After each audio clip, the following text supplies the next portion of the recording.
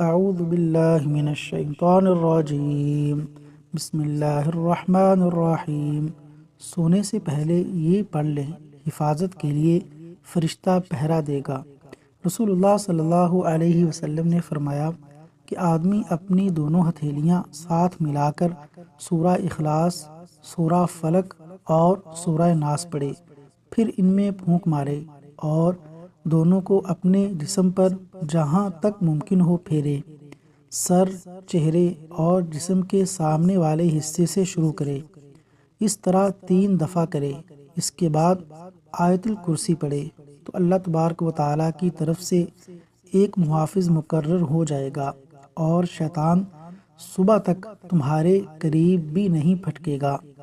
جامع ترمذی، حدیث نمبر 3404۔ اللہ تبارک و تعالیٰ عمل کرنے کی توفیق عطا فرمائے، آمین۔